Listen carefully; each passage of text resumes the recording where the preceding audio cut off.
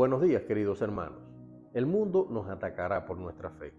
Cada día 3 hermanos son asesinados en este mundo a causa de nuestra fe. Cada día 12 iglesias son atacadas y una cantidad igual de iglesias cada día son cerradas por gobiernos que se niegan a dar un espacio a nuestra fe. Cada día que pasa, las enseñanzas de nuestro Padre y Creador son confrontadas, tergiversadas, negadas y atacadas por todas esas nuevas ideas supuestamente más humanas e inclusivas. Es una advertencia que Dios nos hizo en su palabra. En Juan 15:18, el propio Jesucristo nos alerta: si el mundo os aborrece, sabed que a mí me ha aborrecido antes que a vosotros. Pero también en Lucas 6:22, en el conocido e importantísimo Sermón del Monte, nuestro Señor Jesucristo nos consuela: bienaventurados seréis cuando los hombres os aborrezcan y cuando os aparten de sí y os vituperen y desechen vuestro nombre como malo por causa del Hijo del Hombre. También los apóstoles, todos, ya Jesucristo sentado a la diestra del Padre, todos esos apóstoles vivieron vidas de persecución, cárcel y marginación simplemente por predicar el evangelio de la salvación.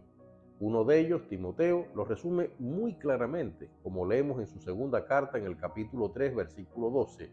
Todos los que quieren vivir piadosamente en Cristo Jesús padecerán persecución.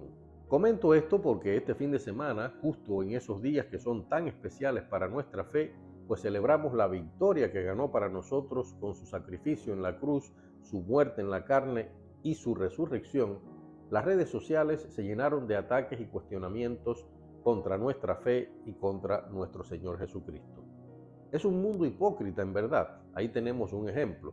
Nos atacan, pero ninguno de ellos decidió irse a trabajar esos días de descanso que todas las sociedades occidentales establecen debido a esas fechas religiosas. Cada año sucede lo mismo. No he visto la misma fobia del mundo contra los musulmanes, contra los budistas o contra las diversas religiones africanas, para solo poner algunos ejemplos. Se les cuestiona, pero no con la rabia con la que se cuestiona al cristianismo. Les molesta nuestra fe en Jesucristo. Y he visto a hermanos meterse en esos foros a intentar convencer a quienes no desean ser convencidos, por lo cual no escucharán ningún criterio. Igual que Faraón, sus oídos están cerrados, pero esta vez no es nuestro Dios quien cierra sus ojos, es el diablo, el amo y señor de ese mundo y de esas ideas que ellos defienden. Y no importa el milagro que vean, seguirán ahí diciéndonos estúpidos, tontos, retrógrados, retrasados mentales, e incluso si se te ocurre decirles que la discusión sobre el origen del mundo es algo que ni siquiera la ciencia hoy tiene muy claro, porque hay muchísimos científicos que ven en el mundo el testimonio de un creador, les oirás decir que son 4 tarados que se oponen a las evidencias científicas. No vale la pena entonces entrar a ese ruedo, queridos hermanos. Lo digo desde mi experiencia. Yo mismo este fin de semana me vi tentado a responder a una persona que me etiquetó en uno de esos foros de discusión. Sé que me etiquetó, o quizás fue el algoritmo de Facebook quien lo hizo, porque ambos somos escritores. Pero el nivel de ofensa que hacía esa persona contra hermanos de nuestra fe, que leo literalmente, intentan imponer sus porquerías, esa no fue la palabra que esa persona utilizó, fue una palabra peor, aún más soez. Ese nivel de ofensa, repito, y el hecho de que considero a esa persona alguien con valores humanos e inteligencia, fueron claves para que me decidiera a comentar. Esa persona, que conoce mi fe desde hace muchos años, permaneció tan cerrada a mis reclamos de respeto, como mismo lo hicieron Faraón, o esos judíos a quienes Pilato, luego de decir que él no veía ninguna culpa en Jesucristo, preguntó varias veces si liberaba a Jesucristo o al criminal Barrabás. Ante esos comportamientos tan agresivos, lo que primero se nos viene a la mente es la rabia, la molestia e incluso la impotencia, pues duele y desilusiona ver cómo personas inteligentes y buenas se proyectan como animales ciegos y sin la más mínima cuota de respeto y amor, al mismo tiempo que nos dicen que mayormente vamos nosotros los cristianos por la vida juzgando a los demás sin poner en práctica el consejo de amar al prójimo. Por eso aconsejo, cuando usted vea esos foros, aléjese, déjelos que se consuman en su propio ácido y que sea Dios quien los juzgue. Es además su derecho. Han elegido esa vía, esa vida, usando precisamente el libre albedrío que Dios les dio, y así serán juzgados. Nuestra fe, nuestras ideas en Cristo pueden defenderse de un modo más efectivo que intentando dialogar civilizadamente con alguien que se niega a dialogar y solo atina a ofender.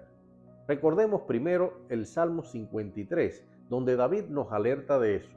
Ese salmo, recordemos, comienza diciendo: dice el necio en su corazón, no hay Dios. Y para no caer en la misma línea de la ofensa de quienes nos atacan, aclaro que la palabra necio en el significado bíblico no quiere decir, como muchos piensan, que es alguien falto de inteligencia. Cuando nuestro Padre Celestial pone esa palabra en casi todos los contextos de la Biblia, se refiere a personas que se resisten a aceptar o que rechazan con rabia a Dios. Jesucristo mismo nos da el modo más efectivo de defender nuestra fe, de hacer que el mundo se rinda ante nuestra fe, de mostrar a los incrédulos el poder de nuestra fe. Y para eso tenemos nuestras vidas, el ejemplo de nuestro comportamiento, la decisión de caminar en Jesucristo haciendo lo que Jesucristo hizo por nosotros, inundar al mundo con nuestro amor, con nuestra ética, con nuestra tolerancia, con nuestra misericordia. No lo digo yo, lo dice Jesucristo. En Lucas 6, versículos 36 al 38, nuestro Señor y Salvador nos dice: sed pues misericordiosos, como también vuestro Padre es misericordioso. No juzguéis y no seréis juzgados. No condenéis y no seréis condenados. Perdonad y seréis perdonados. Dad y se os dará. Medida buena, apretada, remecida y rebosando darán en vuestro regazo. Porque con la misma medida con que medís, os volverán a medir. Y esa última parte, queridos hermanos, no significa solamente que Dios nos medirá con la misma medida que hemos medido a los demás, que también son criaturas de Dios, aunque no hayan aceptado ser hijos de Dios mediante la aceptación de Jesucristo en sus corazones. Esa última frase quiere decir que debemos medir al mundo, a los demás, con una buena medida, es decir, con justicia, con respeto, con misericordia, con amor. Y si hacemos eso, será muy difícil que alguien pueda levantar un dedo y acusarnos. Eso es justo lo que quiere Dios, que seamos luz, la luz de Jesucristo. Y entonces podrán atacarnos, tergiversar nuestra fe, agredirnos verbal o físicamente, pero no tendrán razón.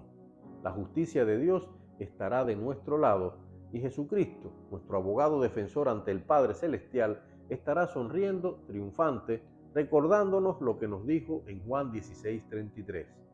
En el mundo tendréis aflicción, pero confiad, yo he vencido al mundo. Dios los bendiga.